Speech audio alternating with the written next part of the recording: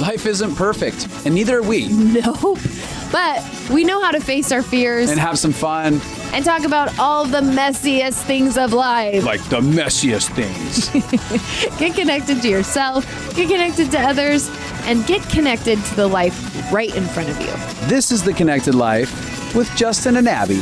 That's me. That's you. And you. Hey, Connected Life peeps. Justin here. And this is going to be an incredible episode. This is going to be an amazing recap of one of the most profound men's events that I've participated in. I had the gift of being invited to speak at and participate in an event called Wild Courage.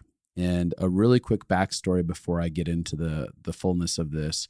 We have a special guest today. But before we get into that, I want to remind you right now that enrollments for Living Fully Alive 2023 are happening right now. In this week only, November 21st to the 28th, we're having a Great Friday sale. Now, with this Great Friday sale, at checkout, only this week only, right? At checkout, you can use the promo code Great Friday 2023. That's all one word, Great Friday 2023, where it asks for a coupon code, and you can save $100 to get into Living Fully Alive. And if you've been listening to us for any amount of time, you totally know what Living Fully Alive is all about. And if you don't, it's easy. You can go to Justin and Abby, that's abi.com, and you can look at our courses, Living Fully Alive, and you can get people's testimonials inside of that. But there's been so many people profoundly affected by this, and this is a gift to the Connected Life listeners to get $100 off on that. Classes start January 11th, so it's an amazing thing to do as a New Year's resolution that actually takes you on a journey and changes your life versus just kind of like writing a few things down and hoping they happen. Anyways, I really want to jump into this guest. He's super special to me. If you've been with us for any level of time, you know him. His name is Jeremy Morris, and he's one of the founders of Wild Courage.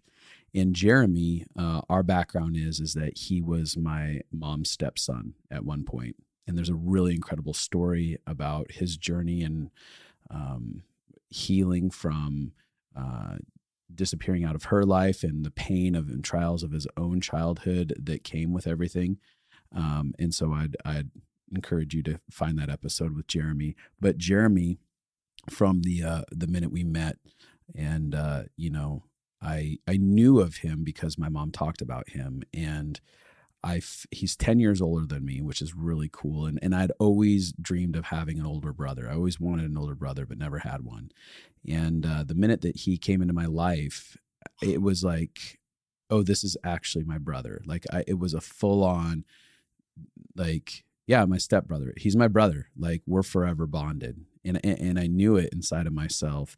And I think, I don't want to speak for him, but I think that he felt the same thing. But you can go ahead and say hi, Jer. Yeah. Hey, thanks for having me on again. What a treat. It's so fun. Yeah, dude. Jeremy has been, it's been incredible over the last so many years. As he came into my life, I had the gift of getting to participate in some of his healing process. And one of the things that I recognized inside of him is that he's a fighter. Like when Jeremy decides that he's going to do something, he's all in and he doesn't go half-ass on it. And he's the type of person that you want in your corner because he's like that ride or die guy. And he's going to faithfully stand by your side if you're willing to allow him to participate in your story. And there's so many ways that I think that he could say that I've affected his life, and the feeling's mutual. It's one of those where you long to have people who are faithful that will walk through anything with you. And that's what he's been. So anyways, I just wanted to tee that up and let you guys know. Thank you. Yeah. And so Jeremy is he's a cowboy at heart. He's an entrepreneur, and he's, again, one of the founding members of Wild Courage. Do you, before we get into talking about the event, do you want to just tell people what Wild Courage is between the podcast and everything else? Yeah. So basically it started out with 3 or 4 guys sitting around in a barn with a fire and being vulnerable. And we found like how impactful this was in our healing journeys. And we started to kind of find some language for it.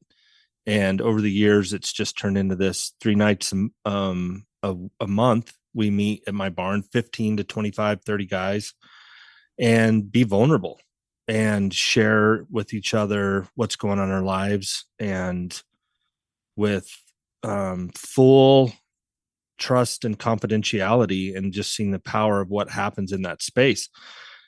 And then I've just having not had hope in my life in the past, thoughts during COVID really was like, man, what would it look like if we did a podcast and it was just about redemption stories, just to give that guy hope that was feeling hopeless, from guys who've been to the gates of hell and are on the other side of it, and what that looks like.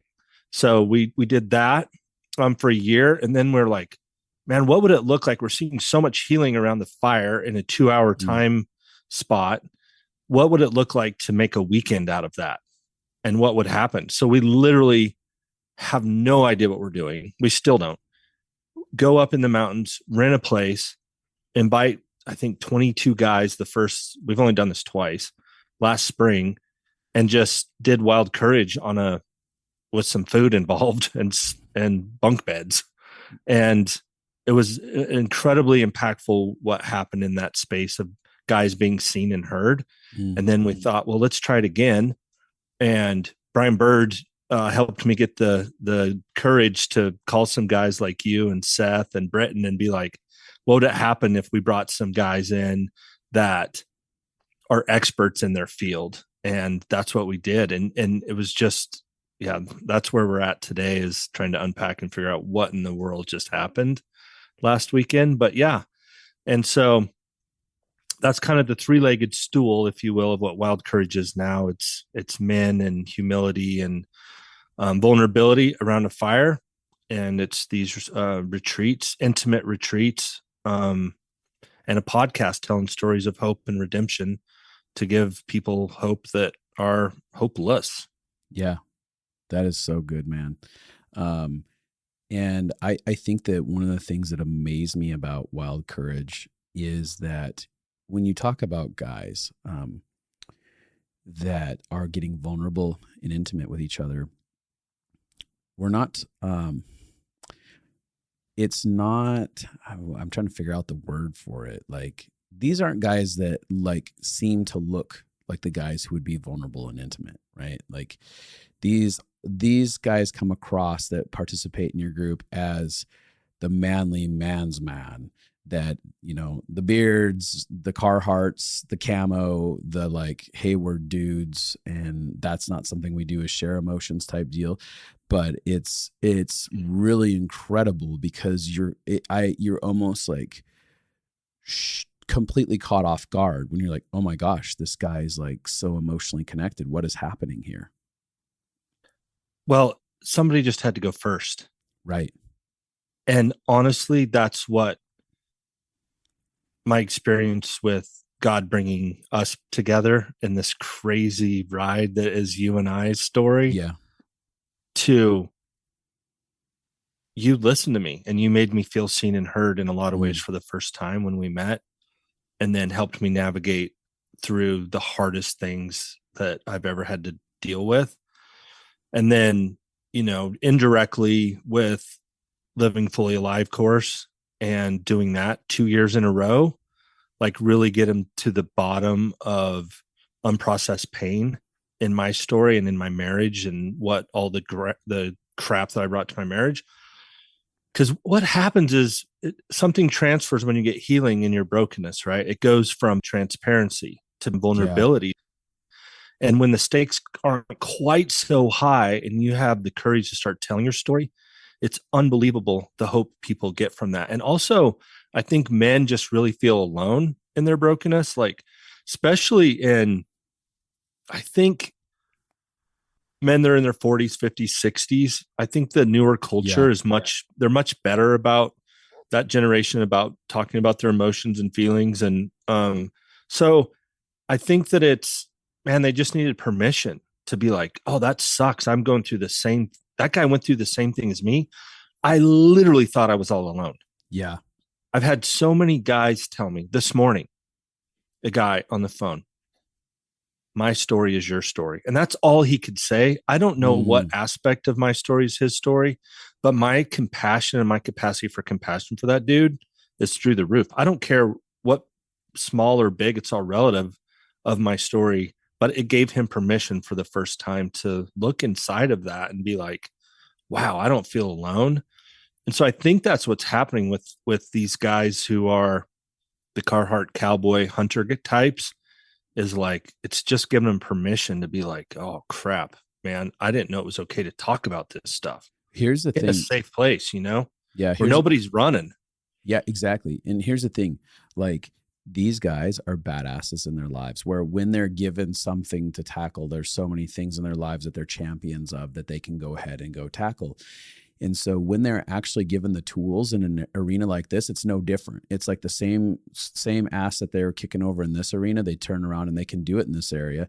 They just needed the, like you said, the permission, someone to go first, and then the tools, like the model of it. And they're like, oh, okay, that's what you do. Okay, well, I need to talk to my little boy inside, and this is what needs to happen right now. Like, but does he also just give them language? Yeah, they didn't have language, and that's part of the tools, right? And that's really a huge part of it. As we get into what happened this weekend, I think is just like, if it's that bellyache that you've had for 25 years and somebody says, oh, that's this, right? And you know what I mean by bellyache, right? Oh, like that pain, that thing that keeps you up at night, that thing that makes you drink too much or look at too much porn, that thing, that bellyache, it's when somebody can name it and then actually go in and be like, oh, you're not the only one. And this is maybe a way out of that isolation and that pain and bringing that to light. That's so good, man. Well, I want to kind of I wrote something explaining my experience with wild courage. Yes, you did. And I wanted to take time to read it real quick. I posted it on Instagram. If you want to read it for yourself, you can go to, I think it's Justin Stumval on Instagram. But I want to, go ahead. But to give it context, we just had a retreat this past weekend. Yeah. And what you're about to read is you processed in like super faster than the rest of us could. What the experience was like. And you, again, speaking of putting words to something that everyone can identify with, this is what you beautifully did and what you're about to read. I just wanted to give it some context of what wild courage was. It was our retreat that we just had. Thank you for setting that up, teeing that up, Jay. And also, just to let y'all know, like, as we get deeper into the story of this, there might be some explicit language communicating about what happened, and so you can put some little earmuffs on your kids if you want later on in the story. But, here's what I had to write. Words are not adequate to express the sheer life-changing power of this weekend. Wells that seemed to be dry flooded the faces of men that had long buried their emotions. The resurrection of childlike innocence was the miracle on display. Men who had long forgotten what it was to be authentically themselves found a path to a child once abandoned. For those of us, the assignment was simple: love and be loved. Together we hunkered down in each other's trenches, available to be what was needed in the moment. Fear that had bound men of valor for decades had no power in the place of love. One by one, men surrendered their right to protect themselves, abandoning years of isolation for the gift of camaraderie and connection. Leaning into trust, they offered up their stories as a righteous sacrifice. Exposed, they gave themselves to the comfort of masculine kindness and power as we held space for one another to fully be just as we were.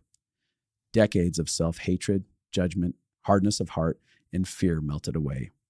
A room of over 40 men universally relented to love, fathering and caring for one another morphed into brotherly bonds. As the weekend wound to a close, an intimate gift was unwrapped by the band of brothers that gathered to serve the men that had come to find restoration. 14 men sat together in reflection, celebrating the goodness of a loving papa. Without intent, an indescribable love broke loose as we were baptized by the same intimacy we had offered up for others. Weeping together, we each took turns experiencing what could only be described as the manifestation of Jesus fully present in the midst of our humanity. What I witnessed with this group of men was not something I've ever encountered with a group of men, and neither had they. Years of radical love encounters seemed to have led me to the doorstep of something truly holy. Reflecting, I sit undone, a man who's experienced more encounters of love than most people will in their entire lifetime. The brevity of my experience is beyond measure. Without intending to, I am returning restored to something I am yet to comprehend.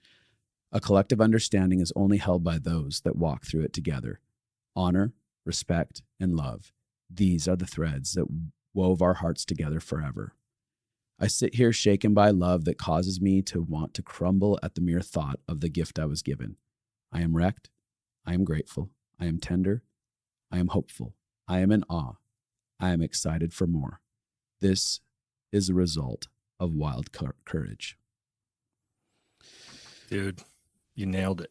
Yeah. As much as you can put words to something so fast, that was beautiful. Thank you. Yeah, you're welcome. With that said, I want to jump into giving some of the details of this experience, because I think that as we kind of open up what happened in our experience, it gives vision for people, for the possibilities of what can happen when we move from transparency to vulnerability, where we move from just information to intimacy, right?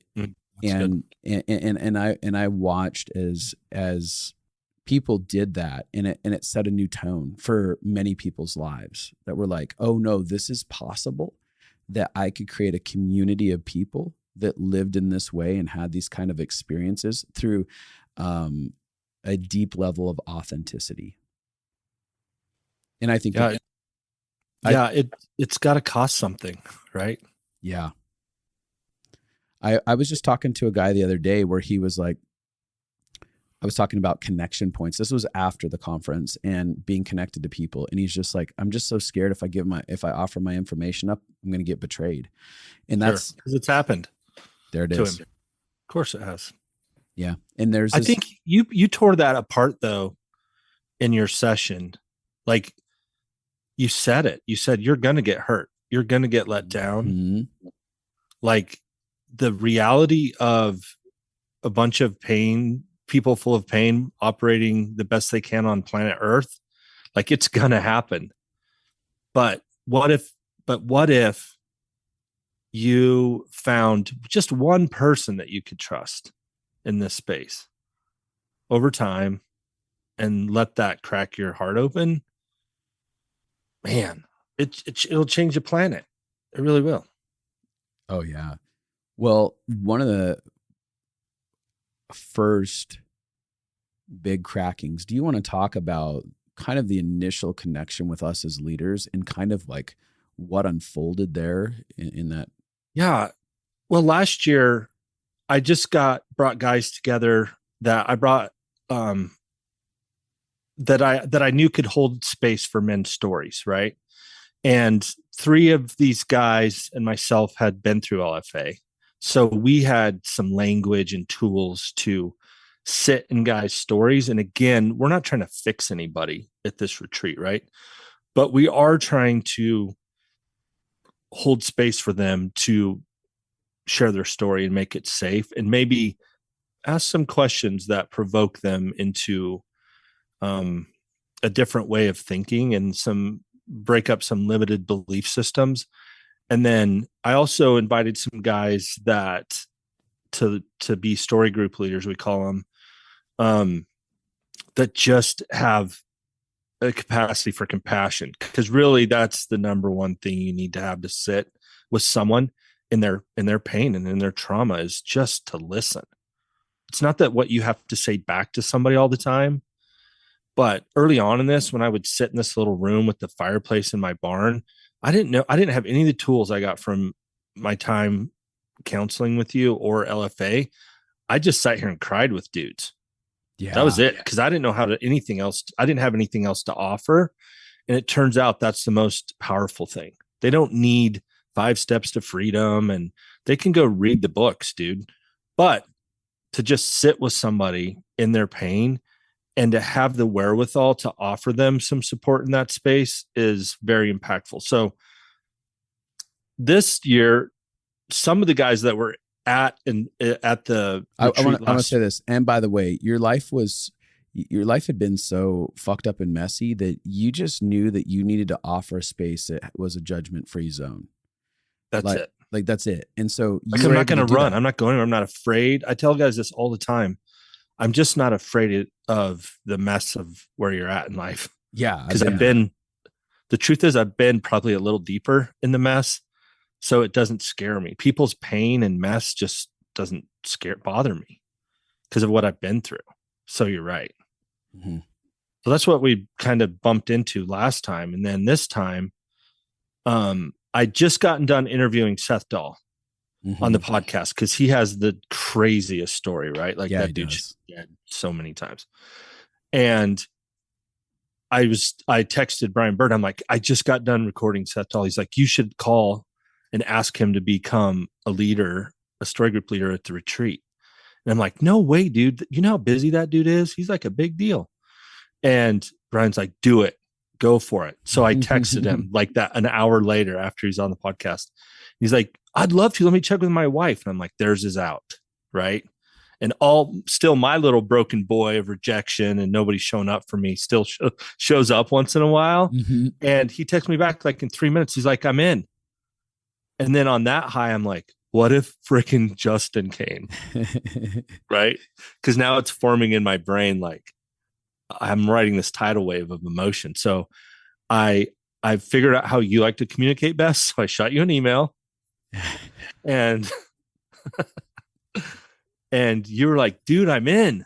When? And then there were some scheduling things and you like worked around and it was amazing. And then I reached out to Britton and I'm like, what would this be like to have these three guys speak instead of Doc and Brian and I, like we did last time? Like, because this whole thing's predicated around, it's not about a dude. It's not about a leader. It's not about one guy. It's not about another dude up on a stage telling you anything. That's right. I've been to the most amazing, well-organized men's things on planet Earth, like the grandfathers of this movement. And it's a lot of teaching by people that are incredible, right? And I've sat with John Eldridge and I've sat with these giants and I'm like, it's amazing. And we're like, we're not that important. We're going to flip the script. And so it's like what, 30% like teaching or sharing is what you guys did. Yeah. And then 70%, the rest of it's just story, just making space for guys to be seen and heard. And I think that's the secret sauce of what we're doing that's a little bit different than the other men's, Yeah. All we were doing, all of us three guys were doing was creating a runway for the plane to take off. That's it. And land. Land it. Yeah. I agree. So that was kind of the format and just kind of sticking with the theme of we have no freaking clue what we're doing. But what if we all show up in a cabin in the mountains in Idaho in November and see what happens? I think that one of the things, because of our fear in humanity and especially as men, our fear of like failing and looking foolish, we oftentimes don't just take a step forward into something. We don't leap. We lack in the risk department. And it's like part of what you guys do is like you have a well of risk inside of you and you're just like, hey, we're just going to risk. We're going to jump. We're not going to try and figure out what this has to look like. We're not going to try and control it. We have a 30,000 foot view of what we'd like to see. Some kind of like, that's enough for me. Yeah. A skeleton. There's just a skeleton of like, all right, well, we know we want to do this. And then we let everything else, we trust that there is a love, an unrelenting love that's so much bigger than us, that all that unrelenting love, all God wants out of us is for us to make ourselves available and then kind of get out of the way. Yeah. And that's what we did. And this year I was like, when you and Britton and Seth got on board, I was like, what would it look like if we went a day early before all the guys showed up? So the check-in for the guys is Friday at like 5:00, right? So I'm like, let's get this space for a day before and get all the leaders together and do Wild Courage, like fire style, but with no 2-hour time limit, right? So that's what we did. Everybody came in on Friday night, all 12 of us, right? Yeah. And funny number, right? 12 of us. And you flew in, you had your class going, so we picked you up at the airport, and then Friday morning it was just kind of breakfast and coffee, and we just jumped right into Wild Courage style of how we do the fire. Some consecration prayers of like, man, we're just going to bless this time and space and get out of kind of, I think early on, wasn't it? We were like, okay, what's kind of the agenda? And I just felt like, I think I said something like the stakes are high for these men. The pressure is low for us. Yeah. And our job is to stay out of the way. Yeah. Like to make space for what if God showed up in the midst of all of this? And it turns out that's what we did. And that's what he did. But yeah, we just kind of started off with Wild Courage style. And you didn't know any of these guys except for Seth.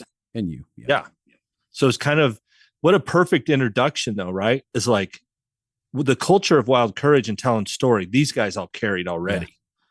They already know the deal. They've all been to the fire. So it was just game on from the get-go. And it was the first experience, and maybe it's because you were there and Seth was there, right? Maybe it's because it's yours. But I mean, honestly, it's the first experience I've walked into a group of guys like that where I felt like I was received as part of the family immediately. Like I didn't immediately. I mean, I'm already vulnerable, and I'll risk no matter where I'm at. I don't care.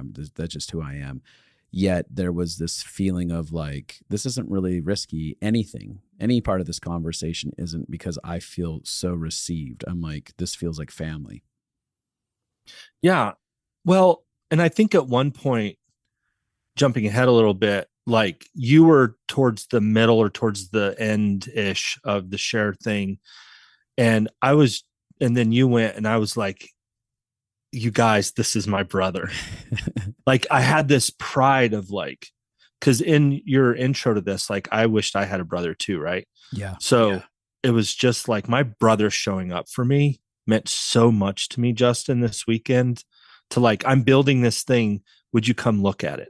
Is how I felt, right? Like me and my buddies are doing this thing, and we don't know what we're doing, but man, some crazy breakthroughs are happening that we see around the fire, and we're seeing in marriages, and we're seeing as fathers, and we're sitting in people's pain like champs, and we're not moving, and people are going to people's court dates with them, and like crazy things. And you showed up, and I got to introduce my friends to you. Yeah. And then vice versa. Then you went, and I'm like, and that's my brother. Like it was just this really cool thing for me to get to sit there and like show you off and show my friends off in a way, like look at what we're up to. And this is my brother. This is what he does. And he's the best at this. And it was beautiful for me. What I felt, and that was really incredible for me as well. And one of the things that I felt was like, when I talk even about acceptance, there was like such a judgment-free zone. I didn't feel like anyone was going to be like, oh, I can't believe he said that, or what a douchebag or whatever. It's just like what you see is you've been cultivating relationship with guys who the plastic is gone. The plastic smiles, the plastic coverings, the fake facades, they're just gone. So everyone is just like, hey, you are you.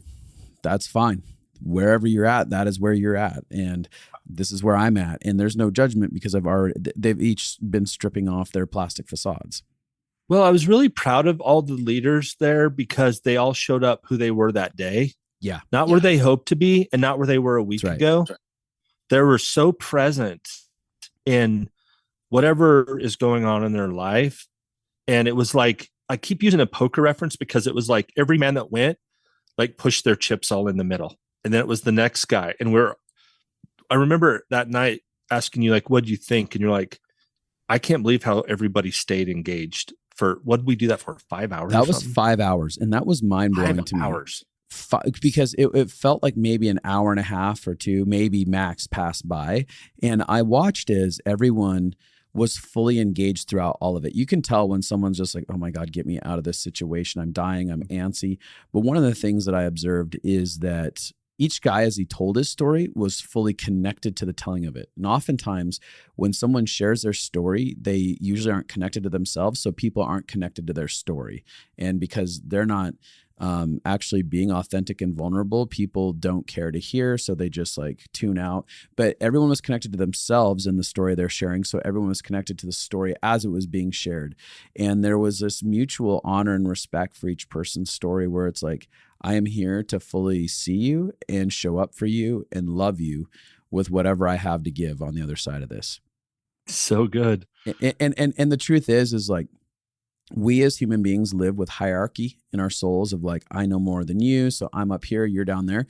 Like I was sitting across from guys that like don't have anywhere near the training that I have on an emotional intelligence level. A lot of them, like I could sit back and say like, you just don't. Well, have none that. of us. Yeah, none of us do, because it's not what we do. Yeah, it's not what you do. It's not your realm of it. It's like if you asked me to go out and like, I don't know, fix a build fence. Yeah, build with fence. Greg. Like, I don't know. What are we doing here? You can show up and offer what you have. Exactly. But you're not going to go line out a crew on how to build fence. No, not at all. Yeah. And the point in that was there was nothing that felt like anyone had less to give me. I wasn't sitting there being like, oh, I don't like, no, like I was getting met with something that was so much greater than what we'd call like all the knowledge and the tools. It was just guys who were like, I love you. I see you. Wow. I'm proud of you, whatever. And I do want to add this. You talked about guys being themselves, just where they were at for the weekend and sharing from where they're at. You know, we had Mike who at one point was like, he was like, yeah, I have this emotion of fuck you, God. I hate you, God. Right now, I hate God. And, you know, like, I mean, the band of brothers that are there all have some level of faith and expression of Christian faith, I think, for the most part, in different ways, different expressions. But, you know, that's where Mike was at. And he's like, but I'm here. I want to help men. I'm here to love on men and give what I can to men. And everyone's like, okay, cool, Mike. Like, cool. Like, well, first he started by he didn't know whether to hug you or kick your ass. I think he said hi because you didn't even have, we jumped right in. Yeah, we sat down. Yeah. You didn't even get a cup of coffee. Like you walked in and sat down and we started because we had all been ready to go already. Yeah. And we got to Mike and that's the first time you ever talked to him. And he's like, because he's taken LFA twice. And I messed up his life. And he's like, dude, I seriously I don't know whether to throat punch you or give you a hug. And he's like a 8-degree black belt. Like he could throat punch you. Is he really? Yeah. No he's kidding. A bad man. You wouldn't know it, but yeah, he's very highly trained in kicking people's asses. What's funny is I was laughing at it and I was like, I wonder how much of that is actually not a joke. And he's really fucking dude. There's pissed. times if you would have stopped by to say hi at my house and visit in the middle of that class, you wouldn't maybe be here and he'd be in prison. It was just a fun exchange to see. You were just plopped into my world with my friends who've done the class and like, you know, are working. They're doing the work in this area. Yeah. So it was just what a gift. Well, and that for all of us, and that was powerful because like we end up even the authenticity. So Mike is where he is. He's not gonna F around. He's not gonna he's not gonna put up with anyone trying to put him in a box and make him put on a plastic smile whatsoever. And was so refreshing. Yeah, like, oh, tell me some more scripture. Tell me what God thinks of me. Like he was a pastor, dude. Yeah, like he had a church. Like, you know what I mean? So there's like. Just the rawness and real of him is like incredible. Yeah. Of everyone just showed up where they were at the day. And what was cool is like, so after we got done with that, because I think this is really a cool moment, we end up trekking out. It's snowing and we all like full on big, like sticking to the ground snowstorm. Yeah. Yeah. But soft, like not a blizzard sideways, like the big, beautiful snowflakes accumulating. And we got snow piling up and has this great idea. Joel says, I think we all need to go do a polar plunge in the river nearby. and everyone That's is so just, funny. they're in for it. Like, they may not like the idea of it, but they're like, all right, we're all risking together. We're going to go take a head dive into the river. And that ends up with all of us, plus a couple other guys that showed up early, gathering together, linking arms, and walking out into this river. And honestly, people know that I do my ice plunges. I got an ice bath here and stuff. And this was colder than anything. It was probably down to 34 degrees, something around that river. I don't know, because we were in there like 3 minutes and I could not, before I got to a minute in there, I couldn't feel my feet. I'm walking on the rocks and there's nothing, no feeling to them. And that matters, because we go to do this 3-minute sit down in the water together and just connect to ourselves. And there's only 3 of you that have ever done this. Yes. Everyone else never before. I'm being tortured by it, and I've done it plenty. Can I say something to this point? There's all these burly cowboy guys, beards, masculine country boys, and the 3 skinny jean wearing city boys are the 3 dudes that led us into this river. We were the ones that did not want to do it. You, Seth, and Joel showing up in your pants are all ripped up. Ours are ripped up and sewed back together because we've been working in them. And you guys are like leading us in this, I was just sitting in that water thinking, this is polar opposite of what you would picture if you were to say who was in charge of this brigade. It was you 3 city boys with your fancy jeans. That's hysterical. I love the way you describe that. Well, all of a sudden, as we're there, somebody starts wailing, and just going off. Look over, and it's Mike. He is weeping and cannot control himself as he's sitting in it. And it's one of these holy moments, right? So there's a baptism happening for Mike's soul that begins to open something up inside of this space. And nobody is like, what's going on, in a negative way. We're like, whoa, this is incredible. And you can feel this universal cheering on of him in all of our souls. It's like, yeah, I get it. And I think people did scream for him. Well, yeah, because it caught us all off guard. Yeah. Because we were doing this, like, we're all joking and laughing, was the atmosphere walking into the water, locked in arm to arm. And then Joel leading us through like how to breathe. And like, I think he had this like super cool prayer he even did right before we walked in, like there was just it was beautiful. And there's, dudes with all ages and body sizes and locked arms, and we're going to go do this thing. But it's also pretty light and fun until we got in the water. Yeah. And then that all went away. Because you think you're going to die. Like that was pretty bad. I thought we were doing it for 30 seconds. And I was like, it's been 30 seconds, you guys. And Joel just calmly is like, how to breathe and just walking us through it. And then, like you said, after about 50 seconds, I think there was like something being released from Mike is what it felt like. Right. Mm-hmm. Or he was entering into a space that was like untapped before. Yeah. It was incredible. And he, for after that, was like wrecked for another 20, 30 minutes until he compartmentalized and shut it off, because he probably wouldn't have got out of fetal position the rest of the weekend if he hadn't have. No, he was going to the truck, and I told Josh, I'm like, go check on him, because he was still in not good shape. And then he went in his room and he was gone for a while. Yeah, I was like, oh, okay, Mike's gone. Yeah. hope he resurrects. I was just like, I hope we didn't open a door that's like that he's not going to be able to be present this weekend. Yeah. It was that kind of like real. Yeah. And we're going to get further into Mike's process, but we end up back and everything. And the weekend starts unfolding as everybody shows up. And one of the things that you guys dialogued about is when it comes to what we do for work, that wasn't a conversation that got to be on the table for anyone this weekend. And the language that you guys got for it was, we all have a troubadourship. We're all troubadours. And which was code for, I can't tell you what I really do. Um, did you want to explain a little bit more about Yeah. how that came to be? The cool thing about having gone to some men's stuff is I went to an event and my buddy Pablo does, and that's where I first saw this, and he called it something else, and it didn't really fit Wild Courage. But the concept is, you know what happens at a party, right? Men are sizing each other up, measuring peckers, we call it. And it's like in 2 seconds, the hierarchy starts to begin. Hey, what do you do for a living? Oh, well, I own a business and I have 75 employees. Immediately, the dude that works at Costco feels beneath that guy. Completely. Right? That is grinding out a living for his family the best way he knows how.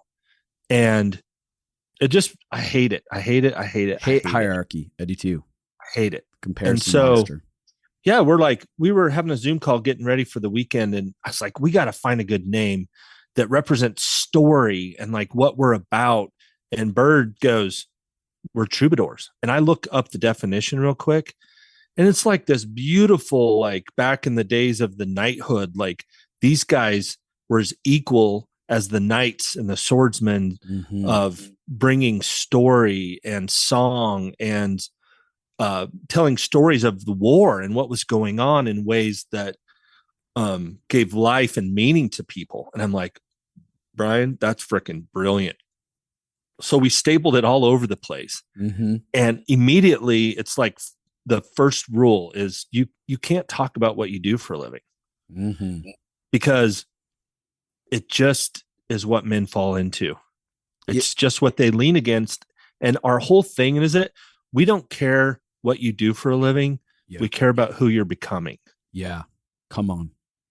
And one of the things that was great is like guys will immediately go to hiding behind conversations around the work that they do. It's like a default. Hey, what do you do? Oh yeah, I work. And 30 minutes goes by and you've heard about a bunch of work that they do. And besides the pecker measuring contest, you've gotten nowhere. You know nothing really about the guy. And now they're like, it's the beginning of being stripped naked, right? Because all of a sudden I don't have that thing that gets to cover up who I am. I now have to figure out how to ask a question and have a dialogue that has nothing to do with that. And there's no me shutting down because I don't know what you do. I don't know. And there was a lot of heavy hitters there that have created excellence inside of their life. If you want to, from a perspective of like what people dialogue as success. There was a lot of guys in that space that had really fought big battles and won some major wars in their lives. And if that was on the table, a lot of guys wouldn't have said nothing in front of them. Yep. In all areas, like even in this space of like emotional intelligence, but also there are some dudes there that make freaking a lot of money. Yeah. And it's all stripped away because it's not on the table. It's not available for you to lean into, like you said. So we love it. We love it. And I think it just sets the stage for vulnerability. Yeah. And one of the things that you guys have designed with the weekend, which I think is profound, the impact that was within this, is you brought up the whole gift giving. And I want you to kind of share with us about the gift giving, and because I watched gifts being handed out to guys where it leveled them. Well, it goes along with being seen and heard. Like I can tell you, Justin, how much it meant for me to give you, for you to be there, and you believe it, you hear it. But when I handed you a handmade pipe that my friend Mark built with his bare hands, that has Wild Courage burned on the side of it, like it's a gift. It's something you didn't earn, you weren't expecting. Yep. And so we sent out an email to everyone like, hey, this is something that we do. Again, this is something that we've learned. I think Eldridge probably started all of this. I don't know that, but we heard about it, picked up on it, right, and seen it, and it's like how powerful. So there were some gifts that were like One guy gave another guy a wooden hammer handle with no hammerhead on it, or axe handle. An axe handle, yeah. And he gave it to this guy that represented something in his story about his father. And like, I don't even know the story because of we don't really share outside of our groups of what happened in the story groups, right? All I know is that it meant everything to that guy. An axe handle. An axe handle with no axe head on it. Yeah. So from that extreme to, and we just do it throughout the weekend as guys feel led. Another guy gave a guy something that cost more than the $7 axe handle. A guy gave a knife that his wife had given him like 15 years ago that had something special inscribed on it to another man. Like that cost him something that meant something to him. And this is a guy that he did not know. Right. Like these are intimate trinkets from varying levels of the value. It's not just like the material financial cost of something. It's the value of like what these things meant. Like one dude gave another guy a Glock that was part of his process in his troubadourship, so to say. Yep. It's a major part of his troubadour. Big deal in what he does. And he gave it to him. And that guy that received it, you just wept like a child. It's like to be seen in such an intimate way where it costs somebody to give something. And if as you see, there's a theme here. Cost. Yeah. Sacrifice. It cost that guy to give him that. Just like we want guys to enter into a space where it costs you something to tell your story. Because on the other side of that fear of you telling your story to 3 strangers is freedom and hope that you have never thought was possible. How many, and I can say this without breaking any, codes of silence. How many guys do you think that were there that were going to take things to their grave? And because of this environment and because of the risk and because of the gifts and because of the safety, told their story, portions of their story that they swore coming to this, they were going to take to their grave. Yeah. There were so many guys like that. I mean, a high percentage of the guys there that told me that they're like, I came here knowing where I would go with my story and what was going to go to the grave with me, and release that. And we saw countenances change in people's faces and their eyes. Completely shift. Like right? they were like, it's like taking a dump truck that's overloaded and just unloading it and being like, I'm not carrying that no more. I don't got to carry that. I'm not alone carrying it. Yeah. Right off the bat, the first night you were the first speaker and you just set the stage for the whole thing so beautifully. And what was cool, and a bunch of guys referenced, is no notes, nothing written down, which is on brand for Wild Courage. You were just speaking out of who you were. You were just giving us who you were, and you didn't stutter, and you didn't have to find your words, and you weren't nervous. That you showed us anyway. No, and I had no nerves. You just let it flow from your heart, and not that you didn't think about, kind of a system or a rhythm that you wanted to share with us, but it was just on brand for authenticity. And then we jumped right into the first session that night. Yep. Of guys sharing their story. And that set the bar and set the stage. When you're talking about like not having notes and stuff like that, I mean, obviously I had thought a little bit about some of the key points that I wanted to talk about, but what I did is I got present with myself.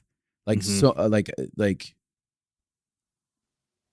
85 to 90% of what I said, I had no idea I was going to say it.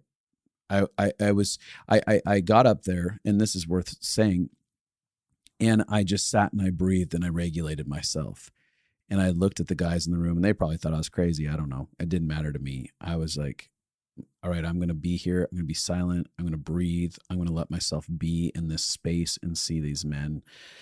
And once we are with ourselves, fully present with ourselves, that's where power comes out of us. That's where authority comes out of us, because we're connected to our authenticity. We are connected to our creator inside of that space. It is about living in the grace of the moment, as my spiritual papa, Paul Young says. I'm in the grace of that moment by fully being there and being like, where are we going to go with this in this moment? And and that's where we set the stage for anyone to get freedom, is when we can be present with ourselves and our stories. And then it gives people permission to be present with themselves and their stories. Yeah. You got to ante up though. And it's going to cost something. Yeah. It's the reward system of this kingdom. Like you've got to risk it to get the reward. And it's the most costly thing. There is men that were on the verge right there would rather give $10,000 than tell what they were going to tell if they had the opportunity. There's this apex, right? Of their, like, it's right in their throat. Yep. They can swallow it and try to push it back down where it's been for 10, 20, 30, 40. Yep. Guys, 50 years have been sitting on this stuff. If they could have just wrote a check and walked away for $10,000 for every decade of pain that they've been under, I think some of them would have, but they pushed through. Yeah. And now they're all, and their families and everyone in their life are benefiting from the reward of them not carrying that. Yeah, it's a really big deal. But the invitation is like, okay, now you've told your story. Now there's work to go do. And, because you're just not permanently fixed. It is, hey, you're breaking through some of the hardest walls that have been inside of your soul, keeping you paralyzed, keeping you trapped, caged. And now it's time to do something with it and not return to it and hide back in it. Yeah. And that's the mountaintop. This was the mountaintop experience for a lot of men.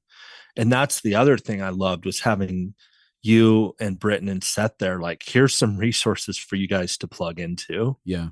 To go get some follow-up care, right?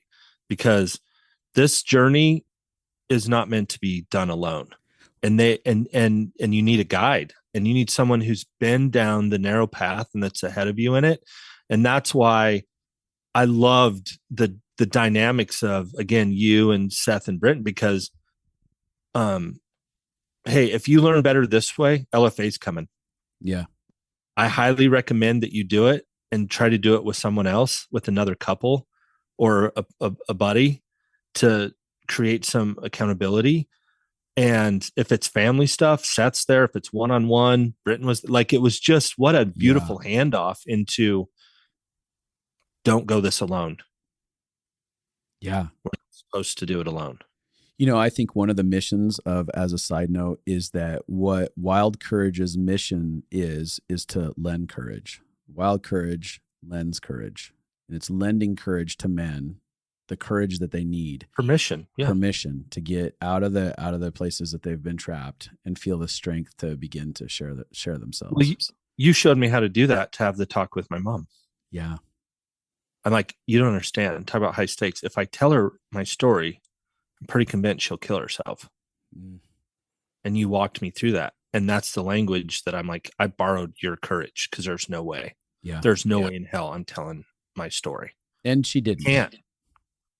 No, because everything you told me was going to happen did. Mm-hmm. And now it's like better a million times over. Changed my marriage. Yeah. Yeah. Well, I kept watching, and every time a guy decided to hand over and borrow courage, and then begin to be courageous and share the stuff that they're going to take to their grave, they were now lending courage to the next guy. So the next guy that had to go. The next guy's like, shit. Well, I guess if you can share that, I guess here comes the next thing. Yeah. Yeah. And that's what we all saw in our groups, right? Yeah. Like dominoes. Like, this guy's like, and there is some like cool, like, oh man. Okay. And we tried to put everybody in groups where they didn't know anybody. Yeah. Because it's actually easier to be vulnerable with people you do not know. Mm-hmm. Right. Yeah. Because, they can leave and you're like, whatever, I don't even know you, and you're going away. And yeah. But then it like bamboozles you, that same theory, and smacks you in the back of the head, because now all these guys connected and they all shared each other's phone numbers. Mm-hmm. And some of these guys will be friends for the rest of their lives. They went in as strangers. They went into battle. They shared the deepest, darkest things they're going to take to their grave. And now these alliances have formed. Yeah. And I thought it was crazy because I watched guys as they wept, not only, for themselves. I watched guys weep over each other. I watched guys melt into other guys' arms as they cried. Literally just like complete mush. Guys who wouldn't let that happen. It happened. And they were like, oh. And what you find is like, there is such an abundant amount of grace that shows up when we choose to engage authenticity, when we choose to risk, like when we actively do that. I'm talking about grace, not just from other people, and that's an aspect, but there's a spiritual environment of grace. You felt the pleasure of a really good creator, a papa, a daddy, a God that's like, I love this moment right here. This is unfiltered. When Mike's saying, I feel like, fuck you, God, I hate you, you can feel the pleasure of God being like, I'm so proud of you for being honest with me. Well, Seth gave it the language that this is just was jaw dropping, right? Yeah. Mike's sitting there crying, or not crying this one, just angry, like saying that. Seth's like, finally. He's like, that's worship. And we're all like, okay, Seth's freaking lost his mind. He's like, no, because you worship in spirit and in truth. And you're finally being honest with him. You are actually worshiping because you're telling him how you feel. And you're telling him your truth right now. And we were all like, oh, dude. That dude is the most unreligious guy that is in that space, right? Like he just, I love him. That was, you two together was like, man. Oh, yeah. It was so fun. And so what you're watching is an atmosphere of honor, not just from men, but as a spiritual atmosphere of honor that is honoring the stories. It's like, again, God is honoring each man that's willing to share. I mean, it's because it's like, well, these things have already happened. They're not hidden from God. These emotions, these experiences, these actions, none of that's hidden. We try to hide from ourselves. We try to put stuff in, compartmentalize it, and hide it behind denial. And God's like, you're not hiding any of that from me. So how about we just get rid of the barrier of denial between the two of us? Dude, last night my sons come from behind the couch and they have chocolate all over their lips. I'm like, what are you eating? Nothing. That's how we are. Candy wrappers sticking out of their pocket halfway. That's so real. Right? Yeah. It's the same thing. It's the same thing. The same thing. Yeah. Yeah. Well, as it unfolded, it was cool because like towards the end, the very last night there, Britton ends up putting on this worship music. He's like, I just feel like I need to play these songs. And we sit there and guys are just weeping and getting wrecked because it's like, none of us leaders are in the way. None of us.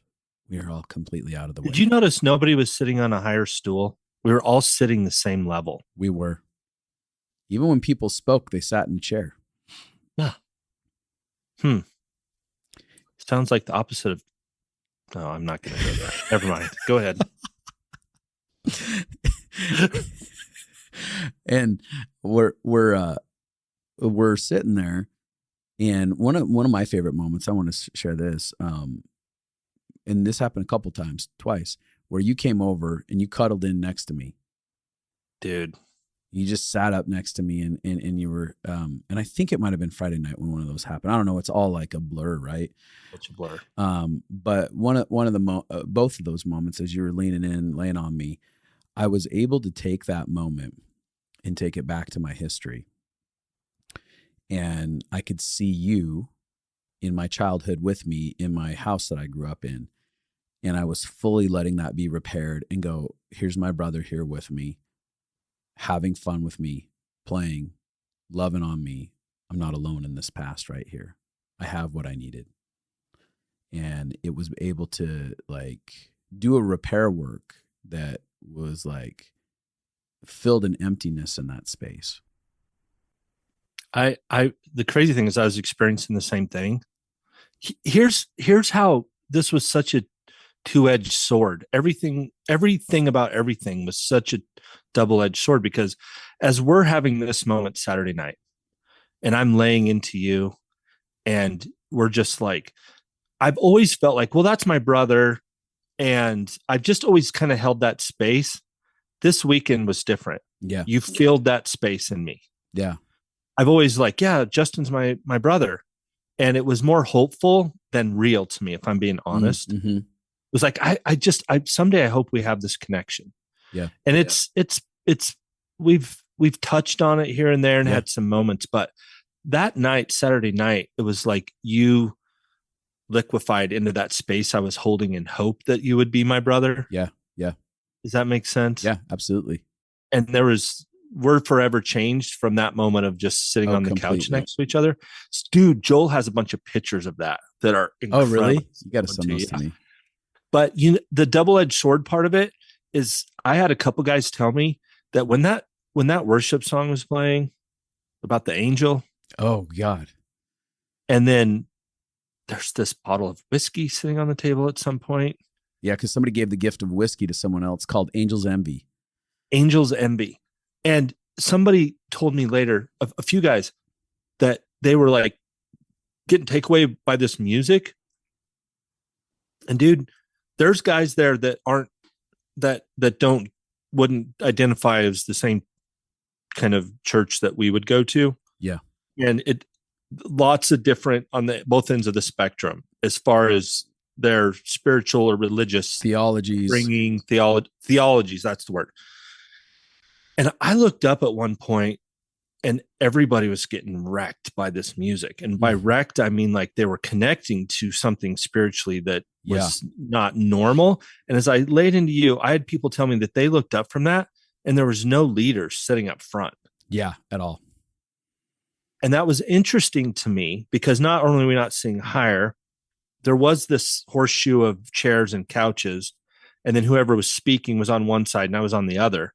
Yeah. And nobody was in either. Yeah, nobody was in the middle there. And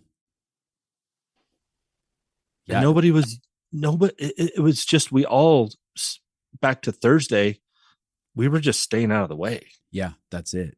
Yeah. I think that interesting note on that bottle of whiskey, because you made a point that I thought was so powerful about the sobriety and the partying conversation. I just wanted you to share what you thought. So at one point, I'm sitting on the back row of chairs, just Joel and I melting into one another.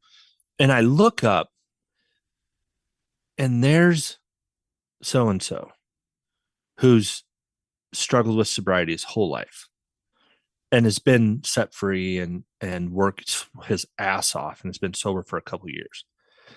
And there's some healing going on with him and another guy. And Mike's in the middle of it. And I look up and that bottle of whiskey is half gone. And there's 5 guys sitting on the couch, music blaring. And right behind him is this guy and there's a bunch of us there that are sober. Totally. And these guys are enjoying this whiskey, like with full permission. Yeah. Full freedom. Full freedom.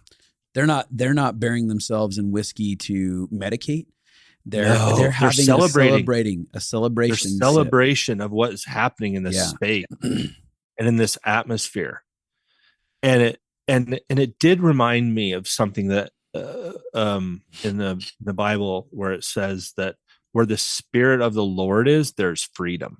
Mm-hmm. And that was just such a picture of that. The freedom for the person that is living a lifestyle of sobriety. Yep. And to be present with someone who's cracked open a bottle of whiskey and is not somebody that struggles with sobriety, and they're just enjoying like the back and forth and the celebration of the moment.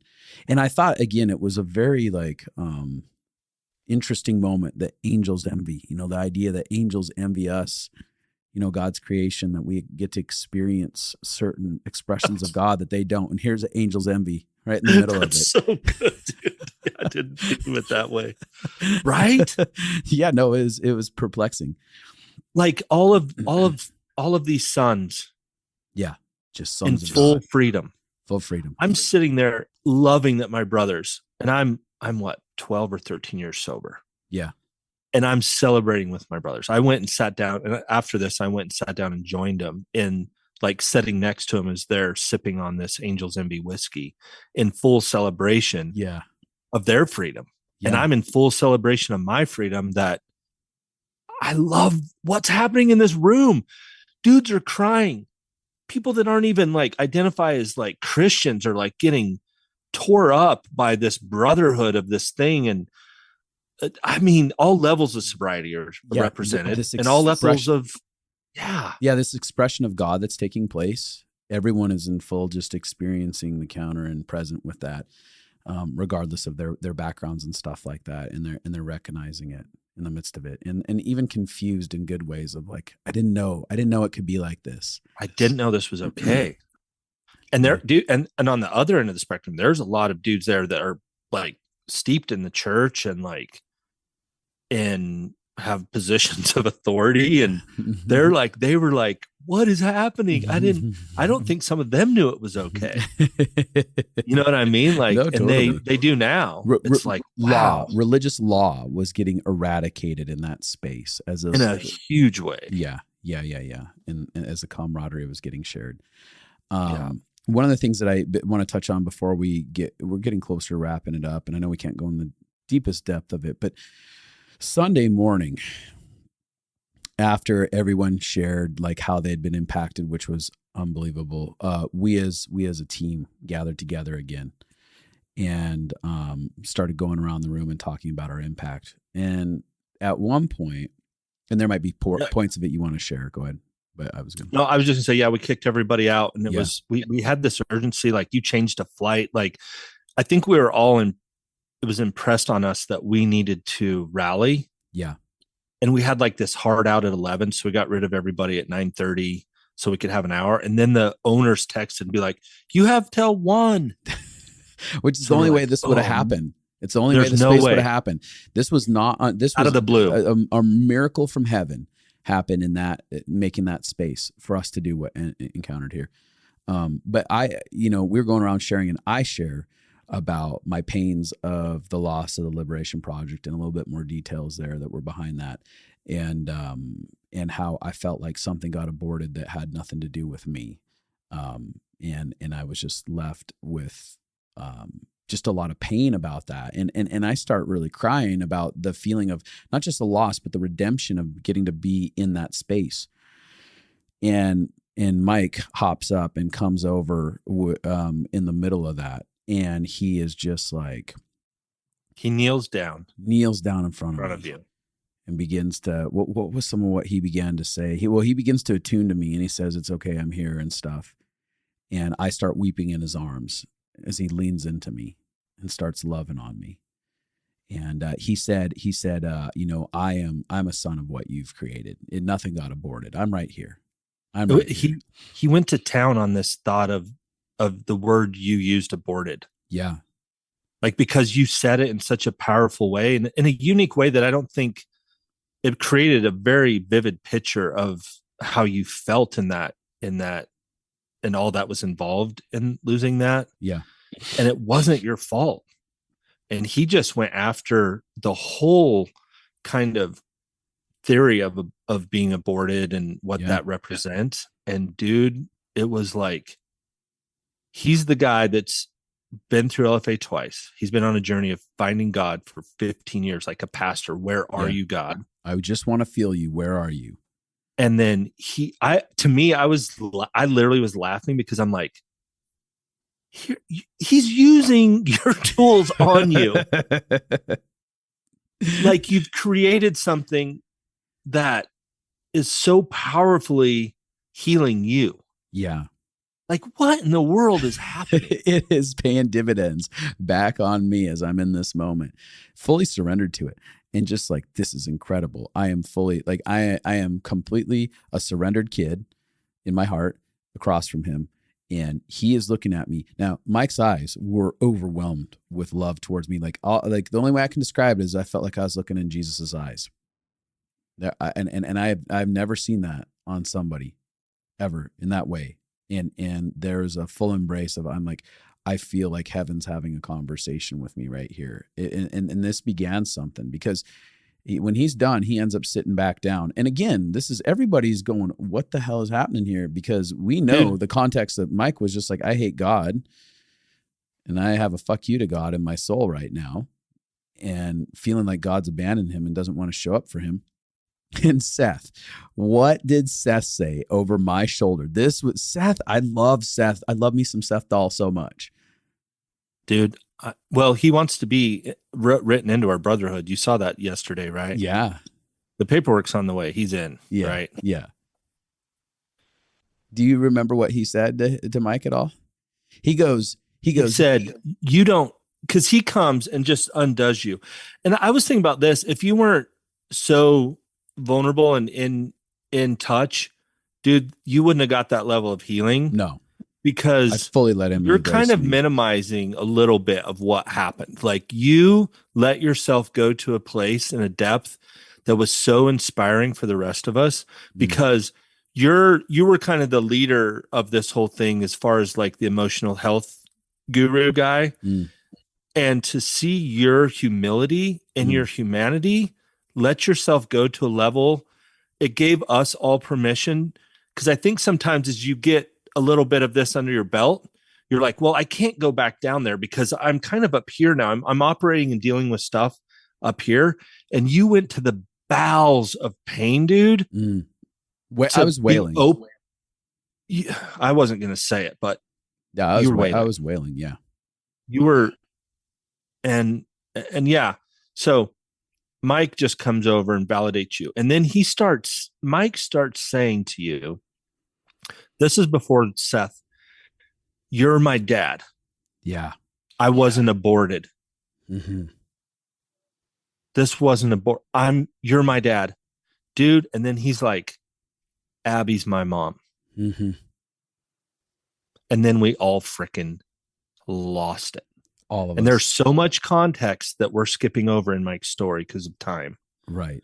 But dude, it was him being seen by all that you've done in his life from 1,000, 1,200 miles away, and to get to be in this space with you through LFA, that is real life. Like when he did his share on Thursday, he's like, you've changed my life, my kid's life, and my grandkids' life. So getting to be in that moment with you and see you in the midst of your pain, and you see him back, and then him validate all sorts of other pain that wasn't even where you were headed. Yeah. With your journey with not having kids. Yeah. And like when he said, and Abby's my mom, and all I've ever wanted was a mom and dad who saw and loved me like this. Dude, it was all done. Yeah. We were all done. Yeah, absolutely. And and then Seth. and I couldn't help but be like, it's this idea that when you sow, you reap. And I'd sown something with my life, and I'm reaping of it in that moment. I am reaping of that love being given back tenfold over me as I'm being taken care of and loved and seen by Mike in that moment. And then Seth over my shoulder is like, you don't hate God. You love God. Look at you. You love God. And it's Seth went after like, go ahead. He's the only one that could have got away with that. And not from an authority. No, it was a heart posture. For what he carries. Yes. And he was like, look at it right here. You love God. Like, you're talking about him being a dad. You love the fathering heart. You love who God is. You're loving on Justin. God's inside of you. And Mike is just looking wrecked. And then Seth is just like, he's almost like, I don't know. It was like, he was like, fuck it. And he just like throws everything off of him that was on him and goes flying in the air and goes just diving over, running across the room, and dives on top of Mike and just wraps him up in a bear hug. He's just got like on top of him. On top of him. And you're watching Mike just get wrecked by it.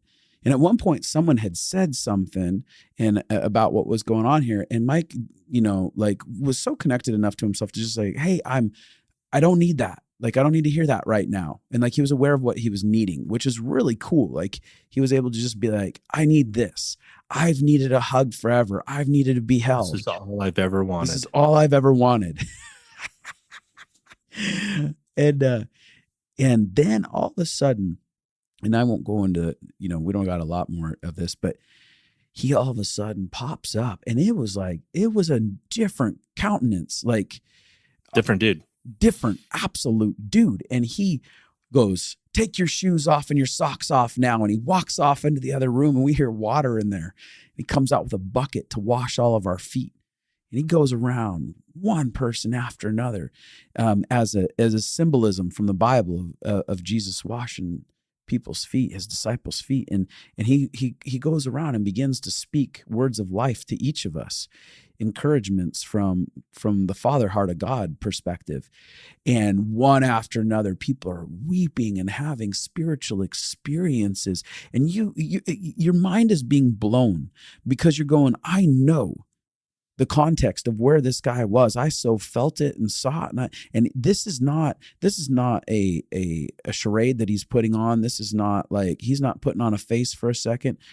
This guy is fully being enraptured by the love of heaven. It's crossing over. And he goes around to each one of us. I don't know if you had anything to say about that before I kind of share the wrap up on it. He's saying things that are meeting guys in that place of longing in their hearts. Yeah. That we none of us we didn't know we needed. Yeah. Right? Yeah. Like, he's saying things to us that are our deepest longings to hear from someone. Yeah. Uh-huh.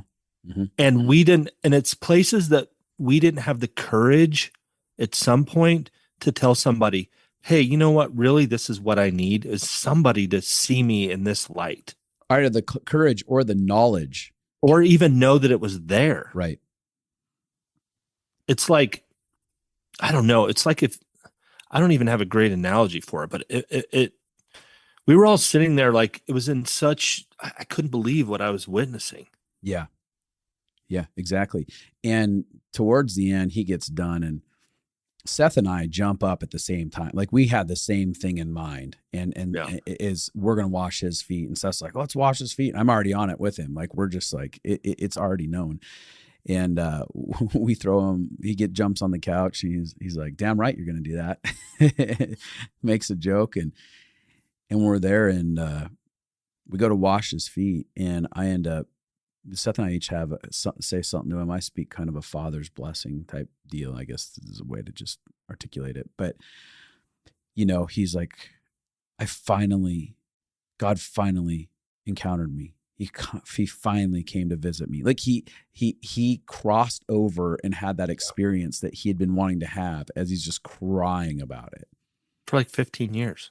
Yeah. Yeah. And it happened. And it happened. And God was faithful to break past the walls in his heart. It wasn't that God wasn't there to show up. It was that there was walls in Mike's heart, and those things came just shattering down. Do you think I think something happened in the water, or this wouldn't have happened? I think the water, and I think that's worth saying, which I was going to circle back to. That unlocked some pain in him that he could not articulate. Yeah, it did. And I think it created a vulnerability that he wouldn't have accessed had we not gone to that water. And there truly was, when I use the word baptism, there was a baptism of his soul that took place that unlocked something within him in that water. And but the crazy thing is like, it was so redemptive for him. And it was like a father giving good gifts to all of his sons. Correct. Nobody missed out.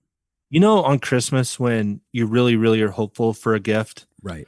And then you unwrap it and it's not what you wanted, but you got to be excited about it. It's like, oh yeah, good, okay, yeah, cool. But deep inside, you're like, oh, this is cool, but man, that's not really, really what I wanted. Yeah, mm-hmm. It was like Mike got what he wanted, and in the process, we all did too. Yeah. Nobody left there disappointed by the gift that they got and what Mike said to us. Yeah. And it wasn't weird. I don't know. This might sound weird to people, us trying to unpack this, but I've never been involved in anything. And I grew up in the Pentecostal church, dude. So, I mean, I've seen it all. Yeah.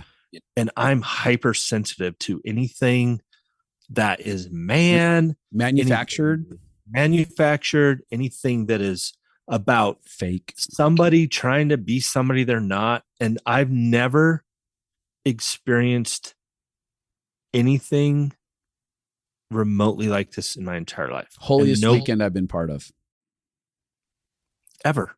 All of us. Yeah. And there's dudes that have done some crazy things and been involved with a lot of different space in this area. And we're all the same, right? Like, what happened? Like, yeah. Where it's like, we can give an articulation, but you don't get it unless you were there. And you don't get the authenticity. I mean, guys came out of that. They were like, I didn't believe anymore in any of that stuff, those expressions of spiritual experiences, where it was like, I got burned by religious institutions and spiritual backgrounds that did stuff that was like, that's dead to me. And we're like, oh, this is what it's like. This is the authentic expression of God. When God steps into a room of people and does what he wants to do, and nobody's playing any games, because everyone is only in their most authentic expression. Yeah, there was no ayahuasca. There was ayahuasca without ayahuasca. I've never done it, but exactly. That's the level of like, we all left there different, changed, having seen and been seen. Yes. What we experienced on that Sunday afternoon in the mountains of Idaho next to a river, we're all forever marked. Yeah. And I want to say this, because this is the, to me, if there's one moment that I want to say that if this moment I'm about to talk about, and then we'll wrap this, but if this moment was the only reason that we did this weekend, then it would have been all worth it. If none of the other stuff happened, it would have been worth this one moment. But one guy walked up to you, and what did he tell you at the end? If you're fine with sharing that.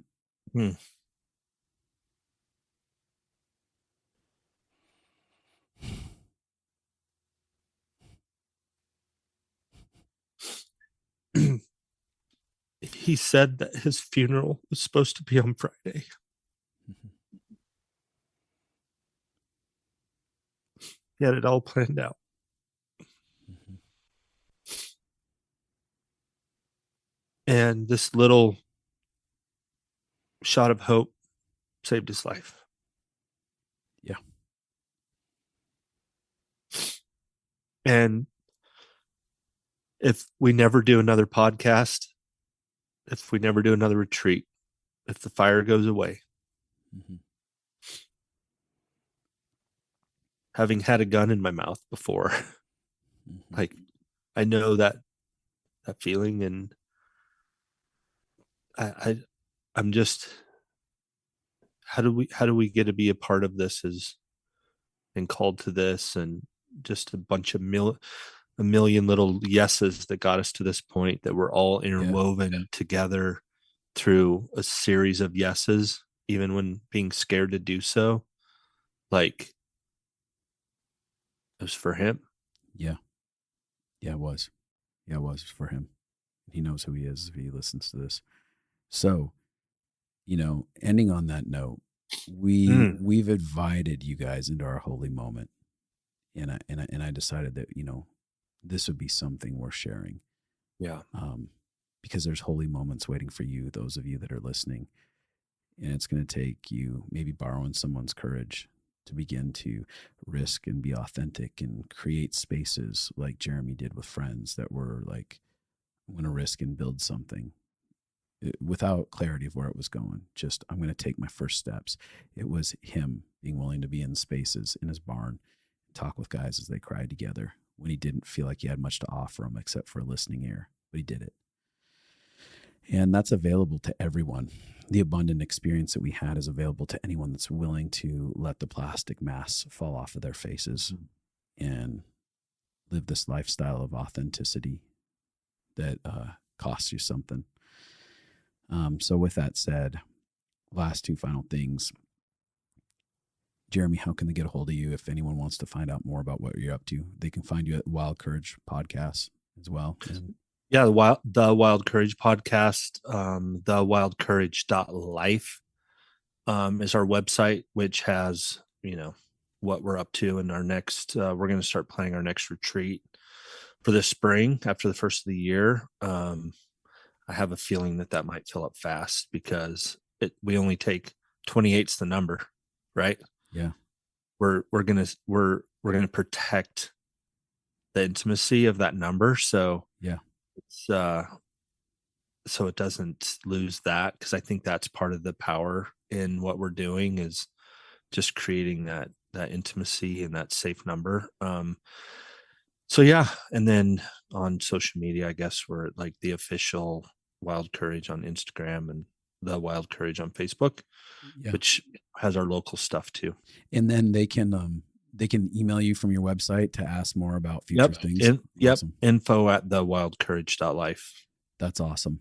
And, on our end, you've been hearing about some of the impact of Living Fully Alive. It's running right now. You can jump on to Justin and Abby, that's abi.com. You can go to our courses and sign up for Living Fully Alive right now. It starts January 11th is when it starts in the new year. And go ahead, Jer. One thing I just want to add about the Living Fully Alive course, if you do decide to do it, which I highly recommend, you got to push through. Don't quit halfway through. Yeah. It is a dismantling and put back together. But I've also had friends that quit like after 6-7 weeks, because it's a lot. It's amazing. But there is a dismantling. Stick with it. Yeah. It's like Mike said, it's changed my life and my marriage, and my grandkids are going to have a different experience on this planet because of this course. And Justin doesn't even pay me. I had to pay for this course. So it's no freebies or anything. So I'm saying what I really believe in this, and do the work, man. Do the work. There's fruit. Bro, I love you so much. Thank you for coming on today and participating. Thank you for inviting me to that. And I went happily. I didn't get paid to do it, and I'm saying that because the where I got paid, like in it, everyone was sacrificing. No one was getting paid. We're all just doing it. We're sacrificing our time to be part of it, and that was the purity of it. No one was there to just take a paycheck. It was like, we're just here to serve, and we're just here to love, and that was a universal thing. It's like you sacrifice so much of your time and your money to make that happen, and that's what makes stuff like that really beautiful. There's no agendas in it except love. Yeah. So. And nobody made money. I mean, we scholarship so many dudes. So it was like, let's try to break even on this thing, because it was the right thing to do. So yeah. All right, man. I love you. Love you, bro. Talk to you later. Adios.